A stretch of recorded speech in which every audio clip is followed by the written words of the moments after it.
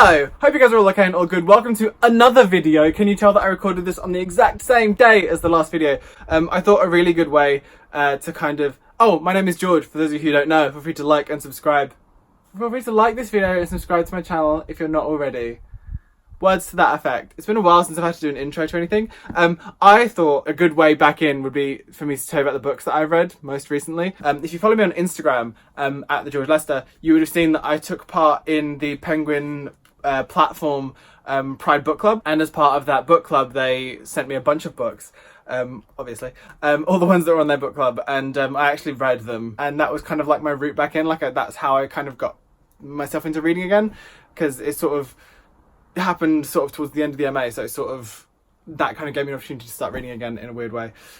So this is weirdly angled right now because I'm probably not sitting up straight. Just angled it down, just a touch, just a little bit more shoulder in there. Hi. So with that in mind, let's talk about the books that I've read most recently. Even though in that last video I said that I read queerly and I mostly read YA, all of these books that I'm about to talk to you about are grown-up books. Books for adults. Oh, so these are the first books that I'm going to talk about when I'm back on my channel, where I mostly talk about queer books and things. I'm going to be talking about grown-up books, because you know what? Who needs a personal brand? Maybe my personal brand. Maybe I am the personal brand. Maybe it's just me with my floofy hair and my glasses that I have to wear more often than I used to because I'm getting old. The first book that I want to talk to you about is Sweet Sorrow by David Nicholls. Do you know what's really weird? Is that I'm filming this on a front-facing camera on my iPhone, and this is backwards, and that makes me want to die. Also, look, Moomin, fun. So the first book I want to talk about is Sweet Sorrow by David Nicholls. I'm a huge fan of David Nicholls. I love him so very much. I read one day every year. Or I listen to the audiobook. Mostly I listen to the audiobook every single year, which is read by Anna Bentinck, and it's absolutely gorgeous, beyond gorgeous. It's my favourite thing ever. I reread it every year, and I have done for the last... I want to say for the last 7 years I've read the book, which is a lot. It's a great book. I think it's one of the best books ever written. Fact, if you've not read it, it's super good. But David Nicholls had a new book out this summer called Sweet Sorrow, which I bought on release day, which is a rare thing for me to ever do, but I wandered into Waterstones in town and bought a copy. And I then went and downloaded the audiobook as well. The pattern with this is, is that I've not physically read these books. I've actually audiobooked all of them, which I've only just realised in this moment just now, which I think is not cost effective. Don't do that. It's not cost effective to buy a book and then also download the audiobook of that book. That's not cost effective. That's just stupid. Don't do that. Although I don't think it's stupid, because I really enjoyed it, and it meant that I've not really touched this book a lot, apart from when I took photos of it when I bought it. Because you can't Instagram a goddamn audiobook. Instagram at the George Lester. Feel free to go and follow that. So, Sweet Sorrow by David Nicholls is about a boy called Charlie Lewis who lives in a small town, and he is finishing high school. This is set in the 90s, so he's finishing high school. He's not really sure what he's going to do with himself because his family is sort of fallen apart. He completely screwed up his exams, so he knows they're not going to go well when the results come out for those. He starts reading a lot of books, and he's hanging out in a field reading this book, and this girl appears and twists her ankle because she was running away from this house, and he goes over to her and finds out that she is part of this thing called the Full Fathom Theatre Cooperative. Full Fathom Theatre Cooperative? I think so. One thing that you'll learn about David Nicholls is that he really likes the theatre.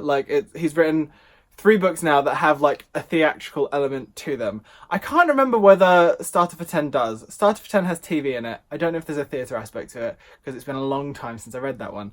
But The Understudy, One Day, and now Sweet Sorrow all have a theatrical element within them. David Nicholls likes theatre. I digress. He finds out that they're doing Romeo and Juliet. They ask for him to stay and do it. Charlie is not an actor at all. This girl's name is Fran Fisher. BT Dubs. Completely forgot to mention that. He's not an actor, not at all. He doesn't want to do it, but he wants to spend more time with Fran. So He stays for a day, and then he stays for I asked her out for coffee, and she was like, stay for a week and I'll think about it. And he ends up kind of staying and doing this thing, and learning more about this girl and learning more about himself and his life kind of unfolding and what the future really holds for him while he's working this job that he doesn't really like, and while he's trying to figure out what is going on with his family and his dad who's depressed. It's a whole big thing. Oh, and the title is obviously a Shakespeare reference, Parting is Such Sweet Sorrow, which I thought was really cute.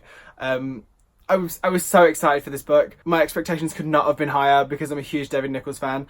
I wasn't crazy about Us. I thought it was really good. I didn't love it as much as One Day, which I think is a problem. Like, it's sort of, One Day is sort of a book you can't really compare it. I think it was wrong of me to compare One Day to Us. I think I would have enjoyed Us more had I not been like, but is it as good as One Day? Because that's pointless. I shouldn't be comparing it to his last book. I should be thinking about the book on its own. Anyway, expectations were so high for this book because I love David Nicholls so much. And even though I didn't enjoy Us as much as I wanted to, I was always going to buy this book and I was always going to read this book, because he's a brilliant writer. Like, he spins a damn good yarn. So, I mean, I would just be like cutting off my nose to spite my face if I was like, oh, I didn't like one book, I'm not going to read any more of him ever. Like, whatever.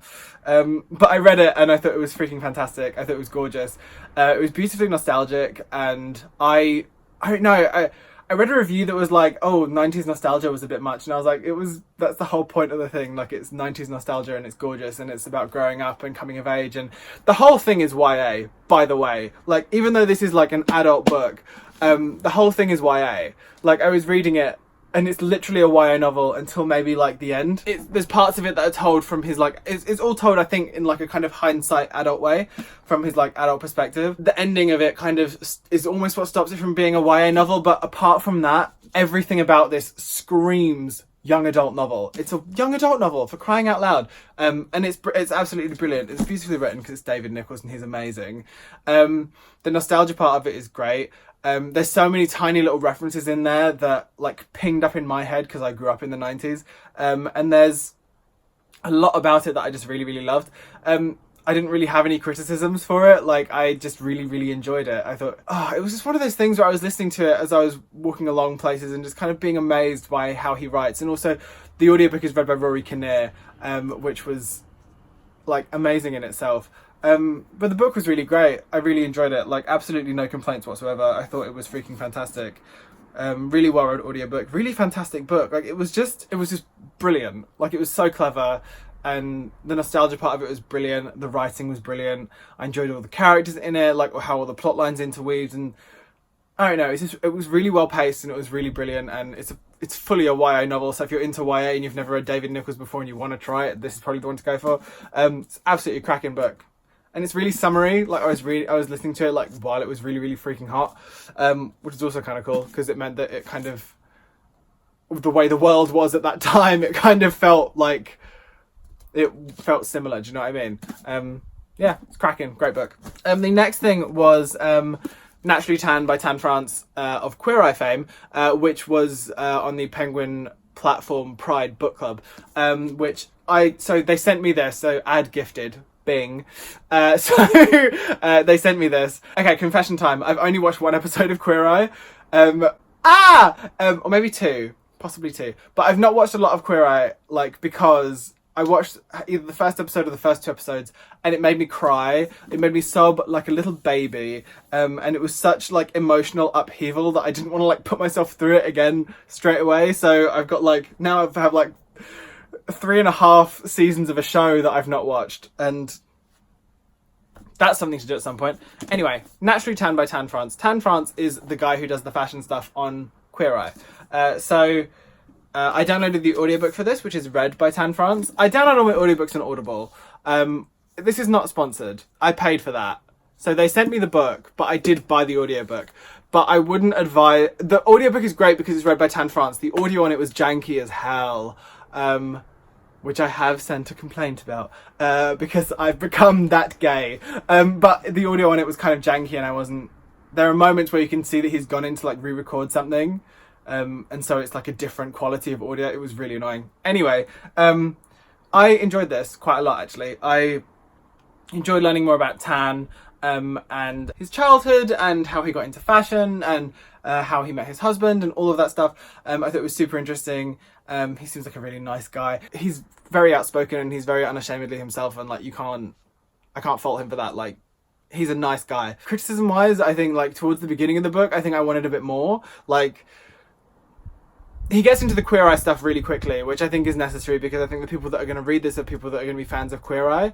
So they're going to want to know about backstage stuff about that and how he got into Queer Eye and how all of that stuff happened and what the other boys are like and blah. And it is super interesting and I did enjoy that. However, I felt like there was a bit of like, it lacked a bit of detail. And I think the thing that I love most about like an autobiography is when it kind of feels a bit meaty and you feel like you're learning a lot about someone. I feel like I learned some stuff about him, but I feel like he was hiding a lot, and I think that's fine. You don't have to give away your entire life in a book, but I feel like if you're doing an autobiography, that's kind of part of it, is kind of opening yourself up a bit. So I feel like a lot of stuff was held back, which I suppose is a criticism of the book, but it sort of isn't at the same time. Like, I enjoyed my experience of listening to this.